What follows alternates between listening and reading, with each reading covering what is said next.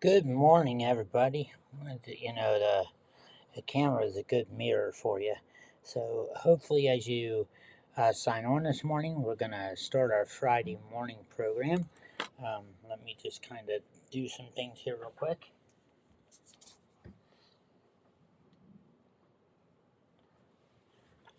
It's good to see everybody this morning. Hopefully, you're having a good morning. We're getting together as we do on our regular Friday podcast or show so we can talk about the things that are going on in the world and things that are happening and get your thoughts and opinions and maybe talk through some things that you're trying to journey through right now in your faith journey. So it'll be a really good morning. So hopefully you're ready for a good half hour discussion. And we could get together and do some really cool things. And God bless you guys. Oh, we'll see you here in a second.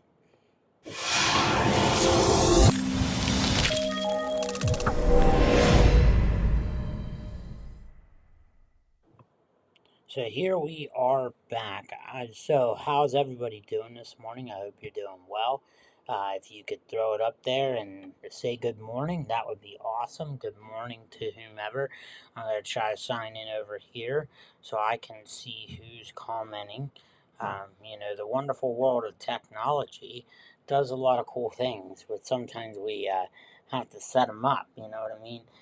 But uh, yesterday, so tell me in the beginning, if in the comments, uh, give me one great thing that has happened to you this week that you give God praise for.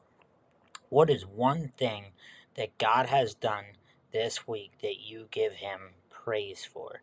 And I pray that you can think of something and put that in there. I seem to have left my phone over here. I'm a hot mess this morning.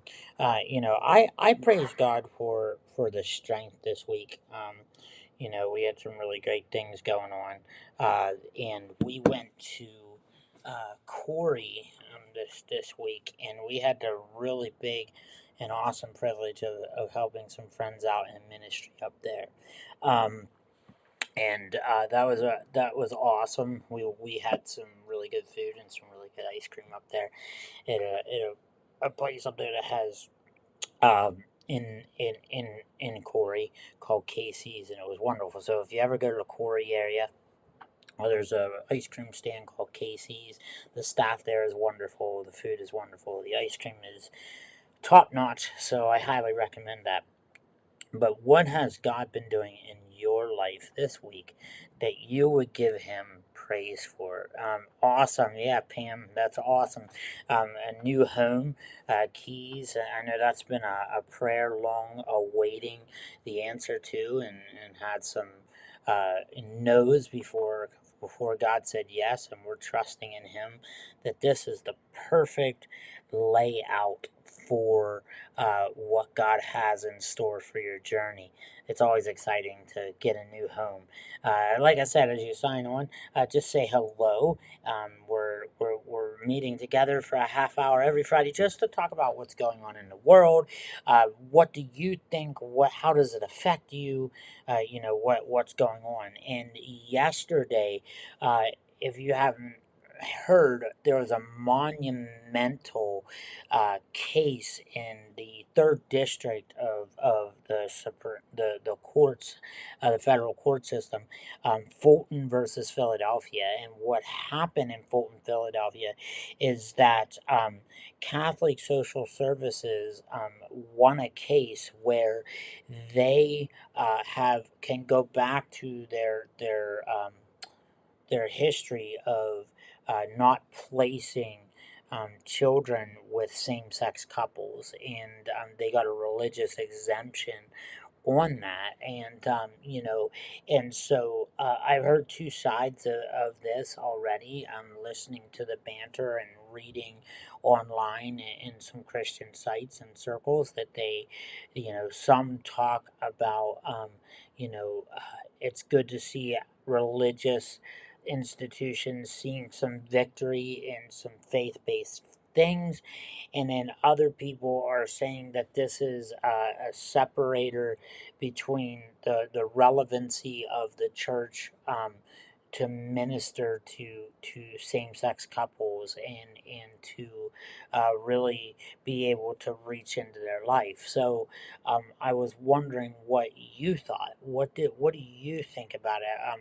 What side do you fall on? This definitely is not a right or wrong um, question. Again, yesterday, the Supreme Court in Fulton versus Philadelphia, the Catholic Social Services were given religious exemption from placing children in the homes of same-sex couples based on their religious beliefs. And I want to know what you think. What side are you on? Do you think that this is a great step for faith institutions and religious freedoms in church, or do you think there's some trouble in the water there? There's some parts of that are are minimizing our ability to share the Lord with the LGBTQ community.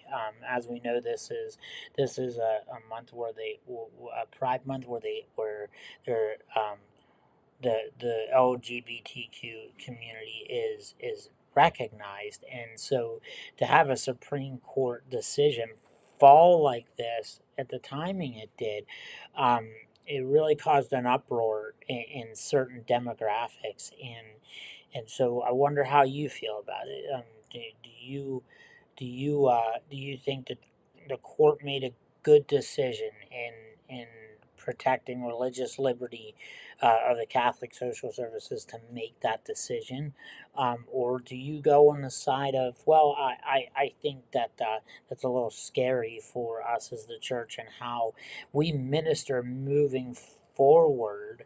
Um, because many, many people have been hurt by religious movements when it comes to their life choices and where their journey takes them, and the challenge in that is then the person that comes after that has every intent to love and honor them ends up getting the backlash of the experiences that they have had within the religious circles, and so um, you know how do we tell the difference between what is standing up for what our faith journey says versus when we're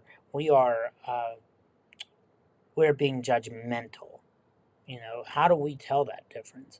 And the scary thing about it all is that as we talk about these communities and demographics, and sin is very rampant in the world, and so we deal with a lot of it, and that really gets into a scary place. Um, and as we look, some people will get upset because the church does take a stance, and it isn't just on this issue; it is on any issue.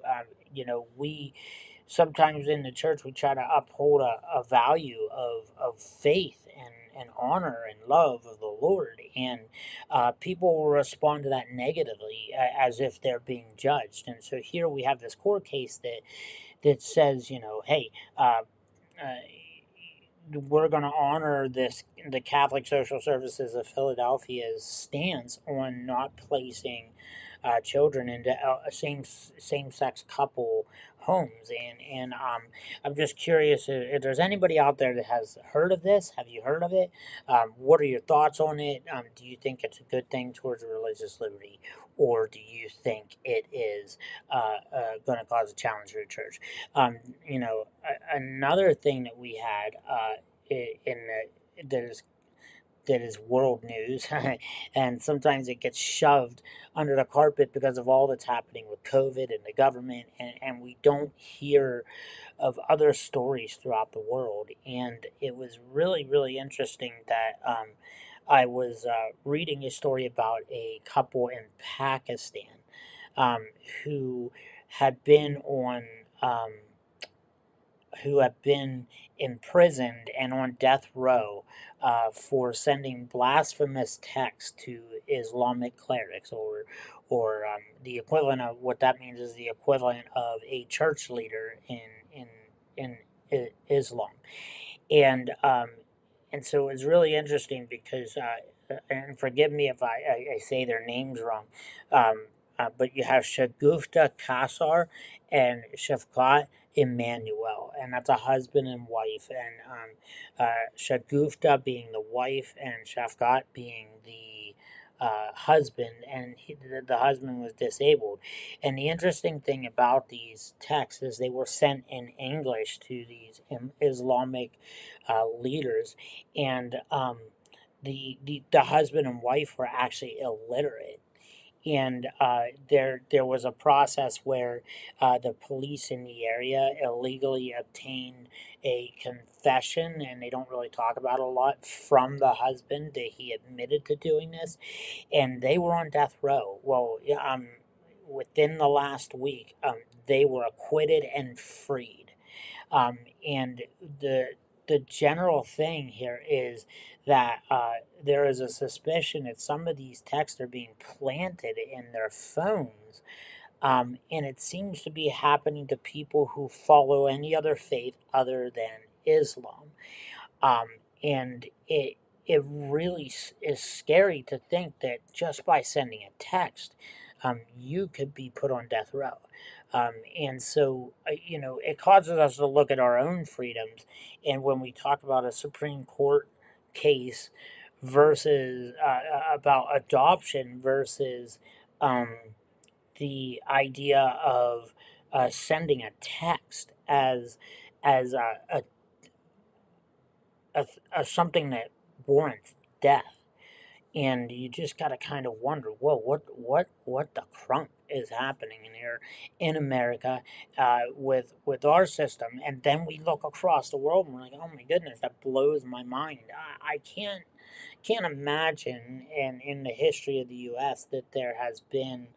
Um, and it's since the time of cell phones that there has been somebody put to death for a text they have sent. You could send harassing and threatening text, but that isn't the same in some countries. And it is amazing to think that people on faith journeys around the world, what they face. And religious persecution is very real. And Jesus said in the Word, He said, "You're going to be persecuted for my namesake." And what I love about it is that He also reminds us in Scripture that, uh, I've don't worry about the world. I've already overcome the world. And it's hard to believe and sit in that when we read stories like this around the world, and we experience what we experience in America. We have just gone through a period of time where people honestly said, hey, it just feels like there's an attack on Christians within America, where everybody else can have a voice, but the church has to shut up. Did Have you felt that? Do you feel that when you watch newscast, or you watch the stories of the news, and and you're hearing about these conflicts within our country? Do you feel as if um, the Christianity is specifically is under attack in America? Do you believe, and do you think, and do you feel that our rights are being squashed or squelched or minimized? And if you feel that way, what are your thoughts on that? I'd be curious to hear what you have to say, because these are huge things that sometimes we as the Christian community don't talk about.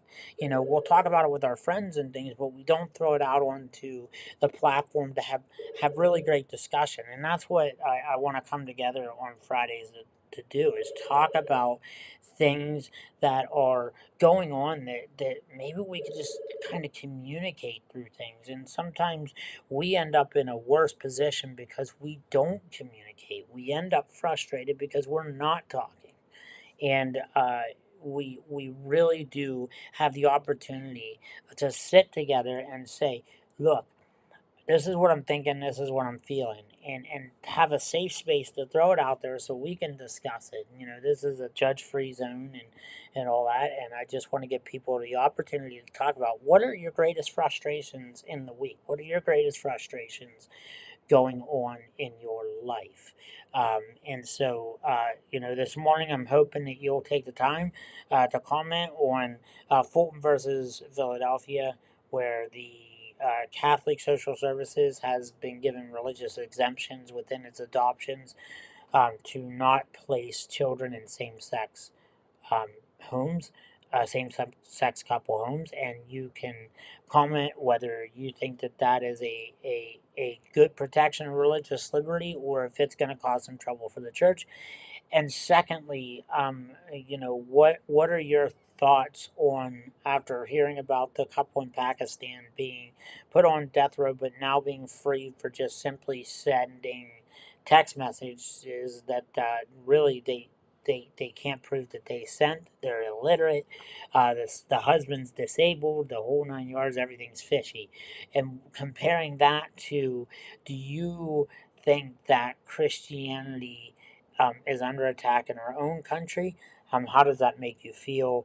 And are you able to muddle through that scripturally and keep a strong faith if you do feel like Christianity is being attacked?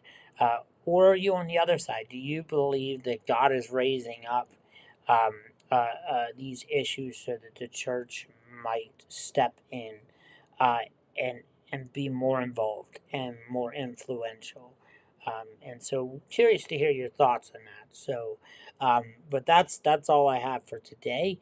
I thank you for joining me this morning. Looking forward to what you have to say, your personal thoughts and comments. Put them in the comment section so we can dialogue and hear what you have to say. All right, everybody, have a great day. God bless.